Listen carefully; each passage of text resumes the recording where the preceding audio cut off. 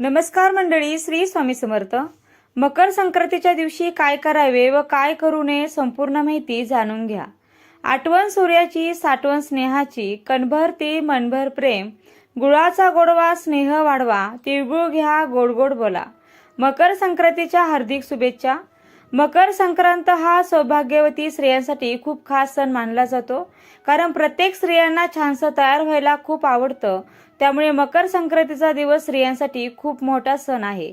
आज मी तुम्हाला मकर संक्रांती कशावर आली आहे व सौभाग्यवती स्त्रियांनी या दिवशी कोणत्या रंगाची साडी नेसावी, त्याचबरोबर कोणत्या रंगाची साडी चुकूनही नेसू नये, शिवाय संक्रांतीसाठी कोणते शुभ रंग आहेत, बांगड्या भरताना कोणत्या रंगाच्या बांगड्या हे अजिबात घालायच्या नाहीत आणि कोणत्या प्रकारच्या बांगड्या घालाव्या, बोरन्हाण किंक्रांत म्हणजे काय, अशी बरीच माहिती मी तुम्हाला आजच्या या व्हिडिओमधून देणार आहे. त्याआधी चॅनलवरती नवीन असाल तर आपल्या या चॅनलला सबस्क्राईब करा व बेल आयकॉन ऑन करा. मकर संक्रांत 2026 ही 14 जानेवारीला बुधवारी आहे. पौष महिन्यात जेव्हा सूर्य मकर राशीत प्रवेश करतो आणि या दिवसापासून सूर्याचं उत्तरायण सुरू होतं. म्हणजे सूर्य हा पूर्वेलाच उगवतो, पण तो उत्तरेकडे थोडासा झुकलेला दिसतो आणि या संक्रांतीपासून वातावरणातील थंडीही हळूहळू कमी होत जाते आणि संक्रांतीपासून दिवस हा हळूहळू मोठा होत जातो. मकर संक्रांतीला स्नान, दान, धर्म, देवाचे दर्शन, तप याला विशेष असं महत्व आहे. या दिवशी पवित्र नद्यांमध्ये स्नान करणं खूप पुण्यकारक मानलं जातं. संक्रांत जवळ आली की प्रत्येकाची चर्चा असते की यंदा संक्रांत कशावर आले आहे. तर चला तर मग पाहूया. यंदा मकर संक्रांतीचा जो पुण्यकाळ आहे, बुधवार 14 जानेवारी 2026 ला दुपारी ठीक 3:06 सूर्य हा मकर राशीत प्रवेश करणार आहे. तर संक्रांतीचा पुण्यकाळ हा 3:06 ते सूर्यास्तापर्यंत आहे, म्हणजे 6:20 असणार आहे. आणि हा 3:06 ते 6:20 पुण्यकाळ मानला जातो आणि या कालावधीमध्ये तुम्ही दान, धर्म, कर्म करू शकता. हिंदू धर्मात संक्रांत ही एक देवता मानली गेली असून प्रतिवर्षी ती येताना वेगवेगळ्या वाहनावर बसून येते. यावर्षी मकर संक्रांत वाघावर बसून येईल, म्हणजे मकर संक्रांतीचं वाहन वाघ आणि उपवाहन घोडा असेल. तिने पिवळ्या रंगाचं वस्त्र परिधान केलेलं असून हातामध्ये गदा घेतलेली आहे. तिने केशराचा तिलक लावलेला असून वयाने ती कुमारी आहे व बसलेल्या अवस्थेत असून तसेच वासा करता जाईचं फूल तसेच ती पायस म्हणजे खीर भक्षण करीत आहे. सर्प जाती आहे. भूषणार्थ मोती धारण केला आहे. वार व नक्षत्र नाव मंदाकिनी असून समुदाय मुहूर्त 45 आहे. पूर्वेकडून पश्चिमेकडे जात आहे व वायव्य दिशेत पाहत आहे. संक्रांतीने ज्या वस्तू परिधान केल्या आहेत त्या वस्तू महाग होतील. संक्रांत जिथून आली आहे त्या लोकांना सुख मिळेल. या दिवशी सूर्याला चंदन मिसळून जल अर्पण केल्याने पद मान वाढतो. तसेच संक्रांतीच्या दिवशी दात घासणे वर्ज्य आहे. तामसिक भोजन करणे, अभद्र बोलणे, झाडे तोडणे, कोणत्याही प्रकारची नशा करणे वर्ज्य आहे. तसेच या दिवशी मोठ्यांचा अपमान होईल असे कार्य आपल्याला चुकून देखील करायचं नाही आणि या दिवशी आपल्या घरामध्ये चुकून देखील मांसाहार हा बनवायचा नाही. आता बघा, संक्रांतीला स्त्रियांना प्रश्न पडलेला असतो की या दिवशी कोणत्या रंगाची साडी नेसावी किंवा कोणत्या रंगाची नेसू नये.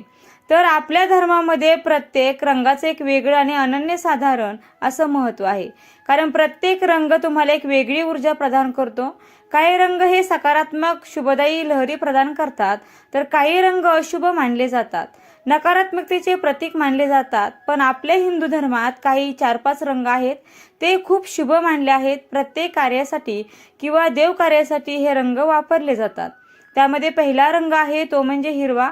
हा सौभाग्याचं प्रतीक मानला जातो, कारण बघा, नवरी लग्नामध्ये हिरव्या रंगाचा चुडा भरते किंवा महिला लग्न झाल्यावर हिरव्या रंगाच्या बांगड्या हातात घालतात, कारण त्यामुळे त्यांच्या पतीचं आयुष्य वाढतं असं धर्मशास्त्र सांगते. त्याचबरोबर शास्त्रातही हिरव्या रंगाला खूप महत्व आहे. आपल्या देवीची ओटी भरताना हिरव्या रंगाचा ब्लाऊज पीस किंवा हिरव्या रंगाची साडी घेतो. त्यावरून हिरवा रंग हा देवीला किती प्रिय आहे तर ते आपल्याला समजतं. त्यामुळे जर शक्य झालं तर तुम्ही किंवा तुमच्याकडे असेल तर हिरव्या रंगाची साडी ही आवश्यक नेसा. पण हिरव्या रंगाची साडी नसेल तर आपल्या हिंदू धर्मामध्ये लाल रंग हा सुद्धा खूप शुभ मानला जातो. तुम्हाला रोज देवीची पूजा करताना किंवा कोणतीही पूजा मांडताना आपण पाटावरती लाल रंगाचं वस्त्र टाकतो, कारण लाल रंग हा सर्व देवांना त्याचबरोबर माता लक्ष्मीला सुद्धा अत्यंत प्रिय आहे. हा रंग सौभाग्याचं उमग ध्येय आणि नवीन जीवनाचं प्रतीक मानला जातो. त्याचबरोबर आपल्या सौभाग्यातील एक सर्वात महत्त्वाची गोष्ट म्हणजे कुंकू. हे सुद्धा लाल रंगाचं असतं, कारण की सौभाग्यातील सगळ्यात महत्त्वाची गोष्ट म्हणजे हळदी कुंकू. त्यामध्ये कुंकवाचा रंग हा लाल असतो, त्यामुळे लाल रंगाचं महत्त्व हे खूप जास्त आहे. त्यामुळे शक्य असेल तर तुम्ही मकर संक्रांतीला लाल रंगाची साडी ही नेसू शकता. पुढचा रंग आहे केशरी. केशरी रंगाची साडी सुद्धा नेसू शकता. हा केशरी रंग त्याग, ज्ञान, शुद्धता आणि सेवेचं प्रतीक आहे. छत्रपती शिवाजी महाराजांच्या सेनेचा ध्वज, रामकृष्ण आणि अर्जुन यांच्या रथाचे ध्वज केशरी रंगाचे होते, कारण की केशरी रंग हा शौर्य, बलिदान आणि वीरता याचं प्रतीक मानला जातो. तसेच केशरी रंग हा दैवी शक्तीचं प्रतिनिधित्व करतो. या रंगातून एक सकारात्मक ऊर्जा प्रवाहित होते, त्यामुळे तुम्ही केशरी रंगाची साडी जरी घेतली तरी सुद्धा एक नवीन प्रकारची ऊर्जा मिळते. त्यानंतर सर्वात स्त्री वर्गाचा आवडता रंग म्हणजे गुलाबी रंग. गुलाबी रंग हा प्रत्येक स्त्रीला गुलाबी रंग खूप आवडत असतो. गुलाबी रंग हा प्रेमाचा रंग मानला जातो. हा रंग आनंदाचं प्रतीक मानला जातो. गुलाबी रंग हा नेहमी स्त्रियांना आकर्षित करत असतो. स्त्रीचं वय काहीही असो तरी देखील त्यांना गुलाबी रंग हा आवडतोच. गुलाबी रंगाचे कपडे परिधान केल्यामुळे आपलं मन देखील खूप प्रसन्न होतं. एक वेगळीच एनर्जी आपल्याला मिळत असते. गुलाबी रंगामुळे सुख, समाधान येतं, मन सुद्धा शांत राहतं. त्यामुळे गुलाबी रंगाचं वेगळंच असं काही महत्त्व आहे. त्यामुळे तुम्हाला संक्रांतीला गुलाबी रंगाची साडी तुम्ही आवश्यक नेसू शकता. हे झाले शुभ रंग. आणि संक्रांती दिवशी अशा रंगाचे कपडे परिधान केल्यामुळे हे रंग बाहेरची उष्णता शोषून घेतात आणि आपले शरीर उबदार ठेवतात. थंडीपासून आपलं संरक्षण हवं म्हणून गडद रंगाचे कपडे या दिवशी घातले जातात. त्याचबरोबर तुम्ही चिंतामणी कलर, पोपटी कलर, राणी कलर, क्रीम कलर अशा रंगाच्या साड्या सुद्धा नेसू शकता. तसेच या दिवशी काळ्या रंगाची साडी आवर्जून घातली जाते. या सर्व रंगांच्या साड्या तुम्ही या दिवशी नेसू शकता. फक्त पिवळ्या रंगाची साडी नेसायची नाही, कारण संक्रांती देवीने ज्या रंगाचे वस्त्र परिधान केलेले असते त्या रंगाची साडी किंवा वस्त्र या दिवशी परिधान करू नये असं सांगितलं जातं. म्हणजेच ही पद्धत पूर्वीपासून चालत आली आहे. यावर्षी म्हणजे 2026ला यंदा संक्रांत पिवळ्या रंगावर आहे. त्यामुळे यावर्षी संक्रांतीला पिवळ्या रंगाची साडी आपण चुकूनही नेसायची नाही. त्यानंतर बांगड्याबद्दल सांगायचं झालं तर संक्रांतीला प्रत्येक स्त्रिया बांगड्या भरत असतात. 16 शृंगार यामध्ये बांगड्यांचा समावेश असतो. त्यामुळे आपल्या हिंदू धर्मात बांगड्यांना सुद्धा खूप महत्त्व आहे. संक्रांतीला सर्व स्त्रिया छान छान काठपदराच्या साड्या घालतात, ओसायला जातात, हळदी कुंकू करतात, तिळगुळ देतात आणि त्यामुळे आपल्या हातामध्ये 2-2 तरी काचेच्या बांगड्या असायलाच पाहिजे. तुम्ही हिरव्या रंगाच्या बांगड्या घालण्याचा प्रयत्न करा, कारण हिरवा रंग हा शुभ आणि सौभाग्याचं प्रतीक मानला जातो. आणि असं सुद्धा म्हणतात की हिरव्या रंगाच्या बांगड्या घातल्यामुळे आपल्या सौभाग्यामध्ये वाढ होते, म्हणजेच आपले पतीचं आयुष्य वाढतं असं धर्मशास्त्र सांगते. त्यामुळे शक्यतो तुम्ही काचेच्या आणि हिरव्या रंगाच्या बांगड्या घाला. बांगड्या घालताना एका हातामध्ये 6 आणि दुसऱ्या हातात 7 अशा प्रकारच्या बांगड्या घालायच्या आहे. बांगड्या घालण्याचे नियम देखील आहेत. आपण कासाऱ्याकडे गेलो असता तो आपल्याला अशाच प्रकारे बांगड्या भरतो, म्हणजे एका हातामध्ये एक बांगडी जास्त घालायची. मग बांगड्या तुम्ही कितीही घालू शकता. आपण यावर्षी मकर संक्रांतीला बांगड्या घालू तेव्हा पिवळ्या रंगाच्या बांगड्या आपल्याला घालायच्या नाहीत. मकर संक्रांतीला बांगड्या घालत असताना हिरव्या काचेच्या बांगड्यासोबत लाखेची एक बांगडी का होईना तुम्ही नक्की घाला. तसेच हिरव्या काचेच्या बांगड्या घालण्याला अनन्यसाधारण असं महत्त्व आहे. तुम्ही सोन्याच्या कितीही बांगड्या घातल्या तरी देखील काचेच्या हिरव्या रंगाच्या बांगड्या ह्या आवर्जून घाला. बांगड्या घालत असताना मेटलच्या बांगड्या किंवा प्लॅस्टिकच्या बांगड्या चुकून देखील घालू नका. पिचक्या बांगड्या हातामध्ये ठेवू नका, त्यामुळे आपल्या घरामध्ये दारिद्र्य येतं. त्यासाठी पिचक्या बांगड्या असतील तर लगेचच हातामधून दूर करा. आता सगळ्यांना पडलेला महत्त्वाचा प्रश्न तो म्हणजे पिवळ्या रंगावरती संक्रांत आले आहे, तर या कारणाने आपण हळदी कुंकू लावावे का, हळदी लावावी का? तर हळदी ही पिवळ्या रंगाची असते, तरी देखील आपण हळदी लावू शकतो, कारण की देवीने केशराचा टिळा लावलेला आहे. त्यासाठी केशराचा जो टिळा आहे तर तो आपल्याला या दिवशी लावायचा नाही. आणि आपण पिवळ्या रंगाची हळद वापरली तरी काही हरकत नाही. फक्त वस्त्रांसाठीच आपल्याला पिवळा रंग जो आहे तो वर्ज करायचा आहे. सणासुदीला आपण दागिने घालत असतो, कारण की दागिन्यांशिवाय आपला कोणता शृंगार हा कंप्लीट होत नाही. तर सोन्याचे दागिने देखील पिवळ्या रंगाचे असतात. तर मकर संक्रांतीला सोन्याचे दागिने घालावे का असा प्रश्न देखील बरेच जण विचारतात. तर दागिने तुम्ही घालू शकता, कारण फक्त आपल्याला वस्त्राचा जो रंग आहे तो पिवळा आपल्याला वर्ज्य करायचा आहे. सोन्याचे दागिने हळद तुम्ही वापरू शकता. यावर्षी मकर संक्रांतीला संक्रांती देवीने मोती धारण केलेला आहे, त्यासाठी तुम्ही मोत्याचे दागिने जे आहेत ते दागिने तुम्ही वापरायचे नाहीत. या व्यतिरिक्त तुम्ही सोन्याचे दागिने हे वापरू शकता. तसेच यावर्षी संक्रांती देवीने वासाकरिता जाईचं फुल घेतलेलं आहे, त्यासाठी आपल्याला जाईच्या फुलांचा गजरा हा अजिबात घालायचा नाही। या व्यतिरिक्त तुम्ही गुलाब, शेवंती, मोगरा, आबोली अशा फुलांचा गजरा घातला तर काही हरकत नाही, फक्त आपल्याला जाईच्या फुलांचा गजरा हा वर्ज करायचा आहे। यावर्षी मकर संक्रांती देवीने पायस भक्षण करीत आहे, म्हणजेच बघा पायस म्हणजे खीर, तर या दिवशी खीर आपल्याला चुकून देखील खायची नाही।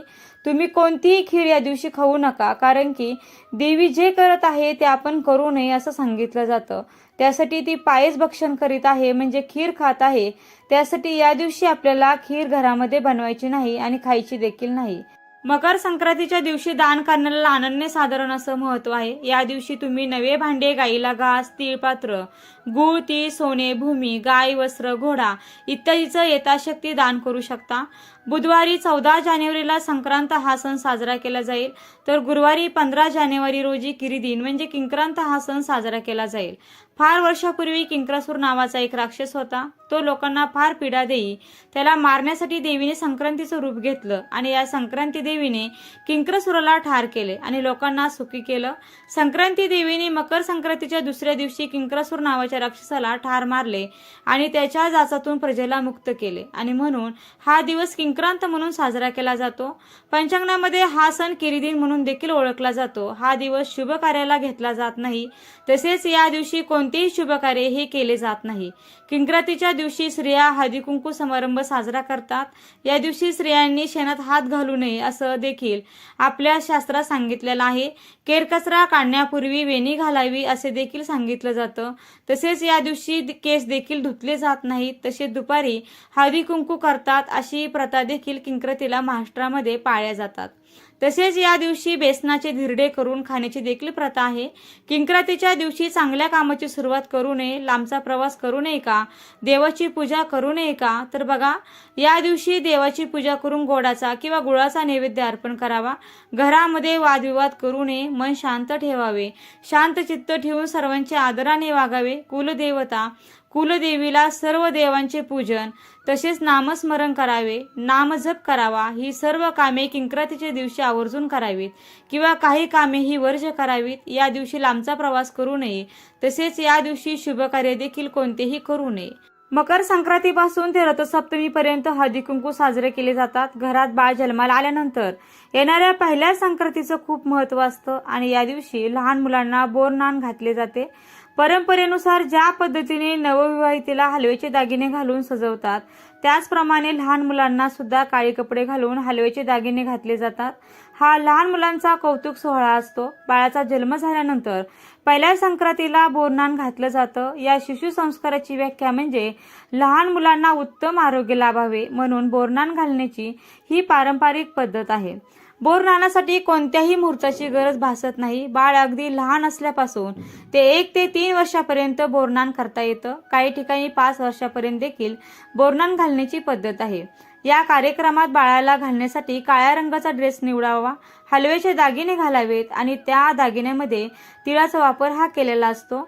तसेच लुटण्यासाठी मुरमुरे, बत्तासे, बोर, करवंद, तिळगुळ, फुटाणे, उसाचे तुकडे, हरभरे आणावे। सध्या लोक त्यामध्ये बिस्किट, चॉकलेटचा देखील समावेश करतात आणि या कार्यक्रमासाठी नातेवाईक तसेच शेजारी पाजाऱ्यांना बोलवावे। खाली स्वच्छ आसन पसरवून त्यावर तांदळाची किंवा गव्हाची रांगोळी काढून त्यावर पाट ठेवावा। बाळाला त्यावरती बसून ओवाळावे आणि मग बाळाच्या डोक्यावरून सर्व पदार्थ हळुवारपणे ओतावे। इतर मुलांना ते लुटण्यासाठी सांगावे। बोरनाण का करायचं, तर बघा या संदर्भात अशी एक आख्यायिका आहे की करी नावाचा एक राक्षस होता आणि त्या करी राक्षसाची वाईट दृष्टी व वाईट विचार मुलांवरती पडू नये यासाठी सर्वात आधी हे श्रीकृष्णांवरती केलं गेलं होतं। नंतर ही प्रथा पडली आणि तेव्हापासून बोरनाण हे केलं जातं। लहान मुले हे श्रीकृष्णांच्या स्वरूपात आहेत आणि त्यांच्यावरती करी राक्षसाची वाईट विचार दृष्टी पडू नये असं म्हणून लहान मुलांवरती बोरनाण केलं जातं। तसेच शास्त्रामध्ये बघितलं तर या कालावधीत वातावरणात असे अनेक बदल होत असतात। लहान मुलांना या बदलत्या ऋतूची बाधा होऊ नये म्हणून या काळात मिळणारी फळे मुलांना खायला घातली जातात। त्यांना मजा ही व्हावी म्हणून अशी फळे वेचून खाण्याची संधी त्यांना दिली जाते। संक्रांतीच्या दिवसापासून रथसप्तमीपर्यंत आपल्या सोयीप्रमाणे कोणत्याही दिवशी बोरनाण हे करता येतं। तर आजच्या व्हिडिओमध्ये मकर संक्रांतीच्या सणाविषयी संपूर्ण माहिती देण्याचा प्रयत्न केलेला आहे। व्हिडिओ आवडला असेल तर जास्तीत जास्त लोकांपर्यंत नक्की शेअर करा।